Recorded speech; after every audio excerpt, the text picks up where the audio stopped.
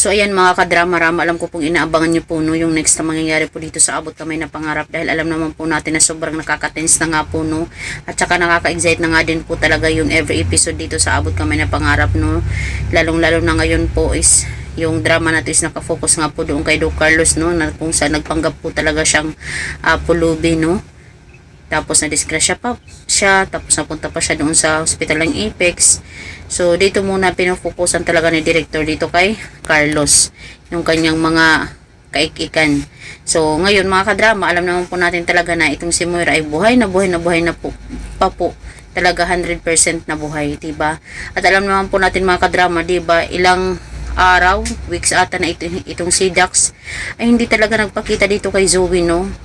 Dahil nga po sa takot din po talaga siya na makita siya talaga ng mga otoridad, dahil hinahanap din talaga ito si Dax. Pero sa pagkakaalam ko naman mga kadrama, natatakot na itong si Dax baka makita siya ng otoridad or ng mga tanyag. Wala naman po siyang ibang kasalanan, diba? Dahil nakalaya nga po siya. At alam naman po talaga natin mga kadrama na ito talaga itauhan talaga ni Moira. At alam naman po talaga natin na alam ni Dax na buhay talaga itong si Moira. Kaya itong si Moira, sinabihan niya ni Dax na, "Hello Dax, wag mo lang muna sabihin kay Zoe na buhay pa ako. Sa atin lang muna ito please."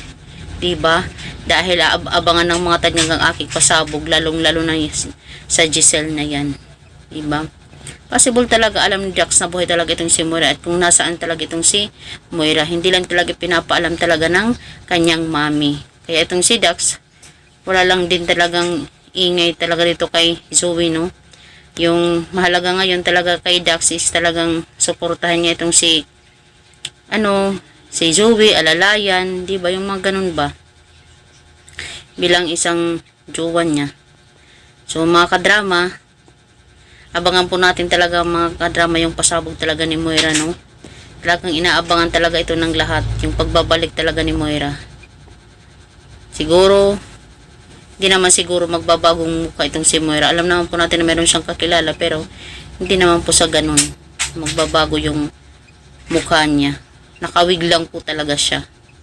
Alam naman po talaga natin na itong si Moira ay nagpakita nga po doon talaga sa kung saan nandun yung restaurant na nandun sila Giselle, sila Justin, di ba, tsaka yung isang doktor, si Dr. Kitty. So talagang buhay na buhay talaga siya. May ginagawa talagang kababalagan itong si Moira talaga no, napasekreto lang talaga, na hindi alam talaga ng buong tanyag, buong pamilya ng tanyag. Kaya pero itong si Giselle talagang may mararamdaman itong si Giselle na parang kakaiba. Kasi nung time na ginawa yun, yung manika na mayroong knife, naalala niya talaga si Moira. Kung hindi talaga si Justin yung gumawa, may isip talaga ni Giselle na parang possible buhay pa si Moira. Totoo yung sinasabi ni Zoe na buhay pa yung mami niya. Pero sasabihin ni Giselle na paano nangyari yun, diba?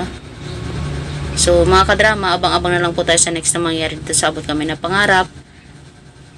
Mga kadrama, mga kadramatic, abang-abang. So yun lang po, maraming salamat again. Bye!